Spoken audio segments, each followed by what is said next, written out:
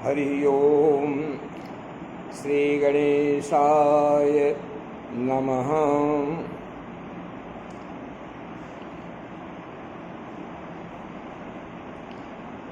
गुरुर्ब्रह्मा गुरुर्विष्णु गुरुर्देवो महेश्वरः गुरुः साक्षात् परब्रह्म तस्मै श्री गुरवे नमः।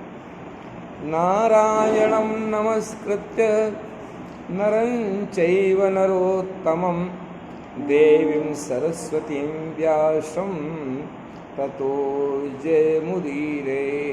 बोलो वृंदावन बिहारी लाल की जय। कथा प्रेमियों, भागवत के दिव्य कथा भागवत बालाभिराम, जो कि बाल विद्वानों के लिए बहुत ही उपयोगी है और श्रोताओं को भी बहुत आनंद देने वाली कथा है। अभी तक आप सबने मनु शतरूपा के 3 कन्याओं का वंश वर्णन सुना। आकुति, देवहूति, प्रसूति। इसी प्रसंग में आपने शिव जी और पार्वती के विवाह का भी प्रसंग सुना। भगवान करदम के यहाँ जो देवहूति के गर्भ से 9 कन्याओं यानी नवधा भक्ति के साथ प्रकट हुए कपिल देव जी की कथा सुनी। भगवान नर नारायण की कथा सुनी। ये सब कथाएं, दिव्य कथाएं आप सुन चुके हैं। अब आगे स्वयंभू मनु और शतरूपा के जो 2 पुत्र हैं, उन पुत्रों के वंश का वर्णन आप सुने। मैत्रेय जी कहते हैं विदुर से, और ठीक यही कथा सुखदेव जी राजा परीक्षित को सुखताल में सुना रहे हैं। और ठीक यही कथा जो है नैमिष वन में सौनकादिक 88,000 ऋषियों को सूत जी सुना रहे हैं। और वही कथा हम आप सबको सुनाने की चेष्टा कर रहे हैं। बहुत आनंद के साथ आप कथा सुनो। स्वयंभू मनु के 3 कन्याएं और 2 पुत्र हुए।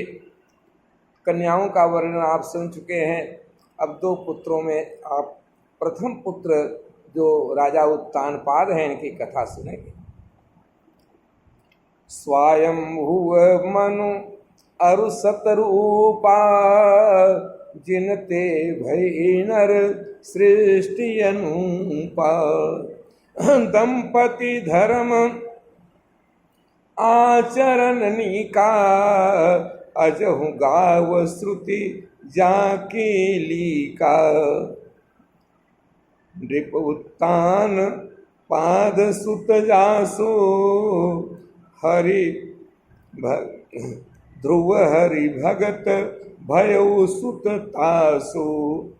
लघु सुत नाम प्रिय व्रत ताहि वेद पुराण प्रशंसहि जाहि। तो आप उत्तानपाद राजा जो मनु के प्रथम पुत्र हैं और उनका वर्णन सुनिए, जिनके यहाँ समय पा करके ध्रुव भगत पैदा हुआ। उत्तानपाद के 2 रानियां हैं, एक सुनीति है, एक सुरुचि है। सुनीति यानी ऐसी वो बुद्धि जिस बुद्धि में शास्त्र है, सत्पुरुष है, शास्त्र के अनुशासन है, बड़ों का मान सम्मान है, बुद्धि विवेक विचार है। और दूसरी रानी जिसका नाम स्वरुचि है और उसको दुनिया से लेना देना नहीं, जैसा मन में आया वैसा खाया, वैसा पिया, वैसा सोया, वैसा रहा, जो मनमाना आचरण करने वाली है। तो मनमाना आचरण तो सबको प्रिय लगता है। हम अगर कुछ करें, नहाने भी जाएं तो अरे तुम पहले पैर पर जल काहे डाला, सिर पर डालना ये शास्त्र की आज्ञा है। तो इस तरह से जो समय समय पर हमको बराबर ताकीद करता रहे, बराबर हमको अनुशासन में रखे, वो भला कौन पसंद करता है। राजा को सुरुचि प्यारी। इसीलिए उसका पुत्र जो उत्तम है वो भी राजा को बहुत प्रिय है। और बड़ी रानी जो सुनीति है उसका पुत्र ध्रुव है। पिता के अंक में गोद में बैठा हुआ उत्तम दरबार में, ध्रुव के मन में भी हुआ कि हम भी पिता के गोद में बैठें। वह गोद में बैठने का उपक्रम कर रहा है कि सौतेली माता ने उसको कटु शब्द कहे कि ध्रुव, भले ही तुम राजपुत्र हो लेकिन हमारे गर्भ से तो नहीं जन्म लिया, इसलिए राज सिंहासन पर बैठने के अधिकारी नहीं हो। अगर इतनी ही तुम्हें इच्छा है, इतना ही शौक है राज सिंहासन पर बैठने का, तो तुम तपस्या करो, भगवान के शरण में जाओ और उनसे मांगो कि मैं स्वरुचि के गर्भ से जन्म लूं, तब तुम राज सिंहासन पर बैठ सकते हो। ये सुरुचि कैसी है? भगवान की तपस्या करो, उनको प्रसन्न करो, तो माता सुरुचि के गर्भ से जन्म मांगो, यानी भगवान को खुश करके प्रसन्न करके और गर्भ एक तो जन्म मांगना है और वो भी माता सुरुचि के गर्भ से जन्म मांगना है। यह कितनी उल्टी बात है। भगवान से बढ़ के उसका गर्भ हो, भगवान के पसंद नहीं। ध्रुव भी क्षत्रिय बालक है, बड़ा दुखी हुआ, रोते रोते माँ के पास गया तो माता तो बड़ी प्रसन्न हुई, हालांकि अंदर से बहुत दुखी है, लेकिन पुत्र को समझाती है कि बेटा तेरी सच्ची माता तो हमारी जो सौत है ना वही है, सुरुचि रानी ही सौत है। मैंने तो तुमको जन्म दे के पराश्रित किया, संसार में फंसाया, लेकिन तुमको संसार से निकलने का रास्ता, भगवान का रास्ता तो तेरी विमाता ही बता रही है। इसलिए हे बेटा, तमेव वत्साश्रय भृत्य वत्सलम मुमुक्षुभिर्मृग्य पदाब्ज पद्धतिम अनन्य भावे निज धर्म भाविते मनस्य अवस्थाप्य भजस्व पुरुषम।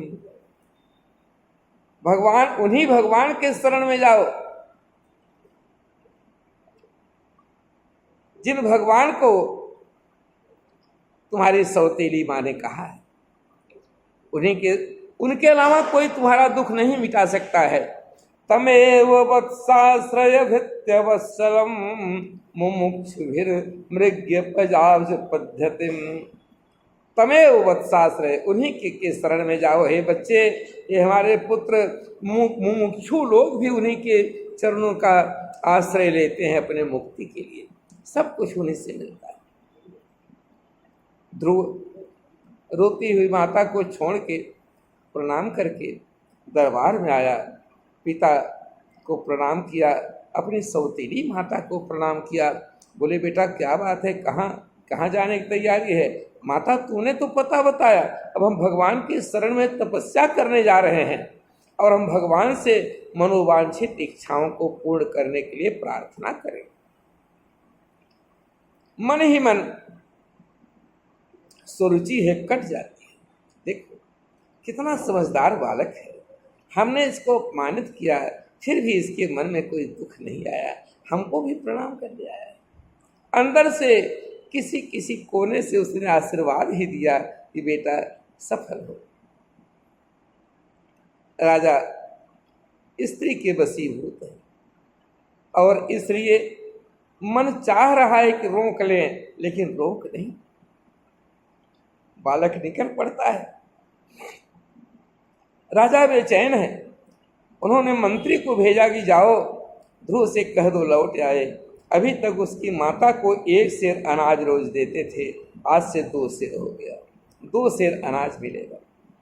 जाके मंत्री ने कहा तो ध्रुव ने कहा कि मंत्री प्रवर, ओहो अब आप हमको काहे लौटाने आए हैं? अभी तो हमने बाहर कदम ही रखा भगवान के लिए, लेकिन जिसने किया शेर का दूना, 1 शेर का 2 शेर हो गया हमारा वजीफा, तो उसका घर नहीं है सूना।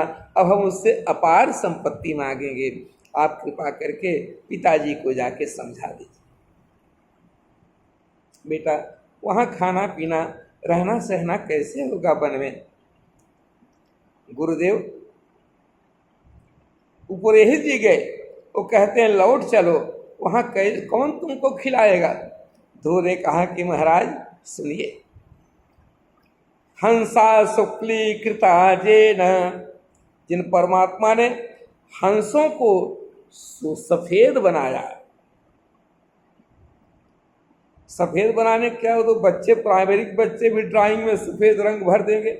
अच्छा, सुकांश हरिति कृता, जिन परमात्मा ने हंस को सफेद बनाया, लेकिन सुक को, तोता को तो बिल्कुल हरियर ही बना दिया, हरा बनाया। अरे इसमें क्या है, एक रंग भरना है, भर दिए। अच्छा, मयूराश्चित्रिता जेन समय वृत्तिम विधास्यति, मयूर में जो चित्र विचित्र रंग भरा है वो कोई बालक का काम है। वही भगवान हमारे लिए भोजन पानी की व्यवस्था करेगा। ऐसा कह के ध्रुव आगे बढ़ता है। नारद जी के दर्शन हो गए। घर से निकलते ही संत महापुरुष का दर्शन हुआ।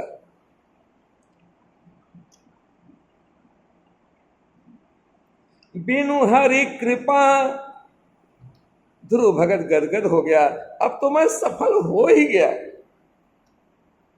क्योंकि भगवान की कृपा हमारे ऊपर हो गई, ये पक्का विश्वास हो गया। बिनु हरि कृपा मिलहि नहीं संता, और सतसंगति संस्कृति कर अंता। बिनु हरि कृपा मिलहि नहीं संता, और सतसंगति संस्कृति कर अंता। हमारे दुखों की जो संस्कृति है इसका अंत हो गया। नारद जैसा संत महात्मा हमको मिला है। नारद जी बहुत प्रसन्न है। कहते हैं बेटा ठीक है, वे तुम्हारी उम्र नहीं है, फिर भी जब तुम आरूढ़ है तो मधुबन चले जाओ, वहां पर भगवान साक्षात हमेशा विराजमान रहते। वहां जाओ, कदम्ब के वृक्ष के नीचे जमुना जी में तीनों बार स्नान करना, हल्का फुल्का कुछ जो है आहार ग्रहण करना। भगवान मिलेंगे, आशीर्वाद दे दिए, भगवान मिलेंगे, लेकिन उनसे कहना क्या है ये तो कुछ गुरु बताए नहीं। बालक जाके भगवान की तपस्या में लीन हो गया। त्रिरात्रांते त्रिरात्रांते कपित्थ बधर आसन, 3-3 दिन पर कुछ कुछ खाने लगा। करहि आहार साक फल कंदा, सुमिरहि ब्रह्म सच्चिदानंदा। पुनि हरि हेतु करण तप लागे, और बारी धार मूल फल त्यागे। भोजन छोड़ दिया, जल छोड़ दिया, वायु भी और श्वास को भी रोक लिया। अब तो सारी दुनिया त्रस्त हो गई, वायु की उपलब्धता बहुत घट गई, लोग बेचैन हो गए। देवता लोग आए, चारों तरफ से ध्रुव को घेरा है, इसको तप से विरत कर देना है। इंद्र ने उसके ऊपर अपना वज्र चलाया, लेकिन वह वज्र नंदन बन की सुंदर पुष्पों की माला बन के बालक ध्रुव के गले में पड़ गया।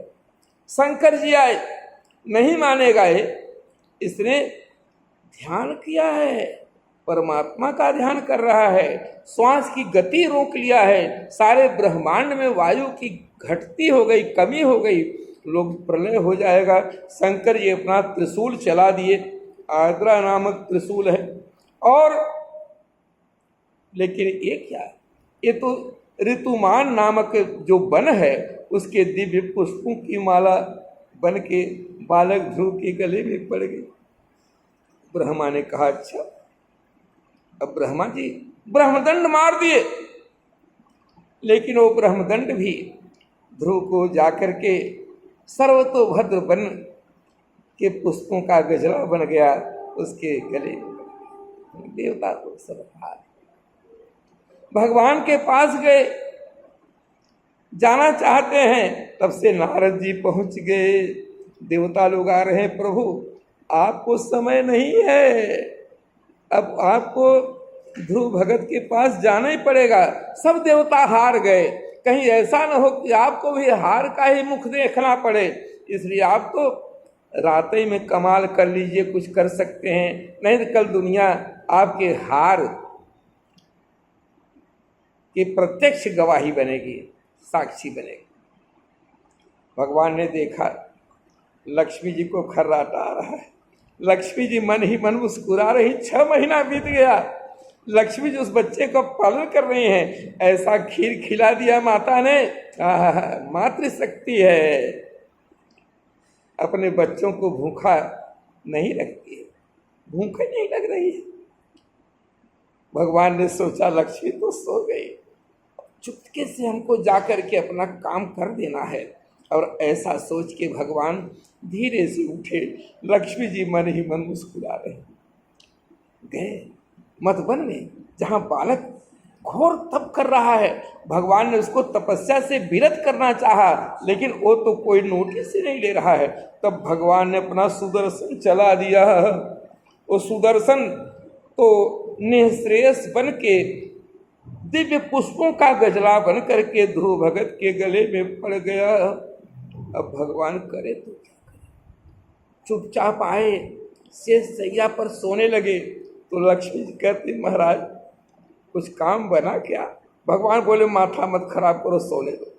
और सवेरे ही देवता लोग आ गए।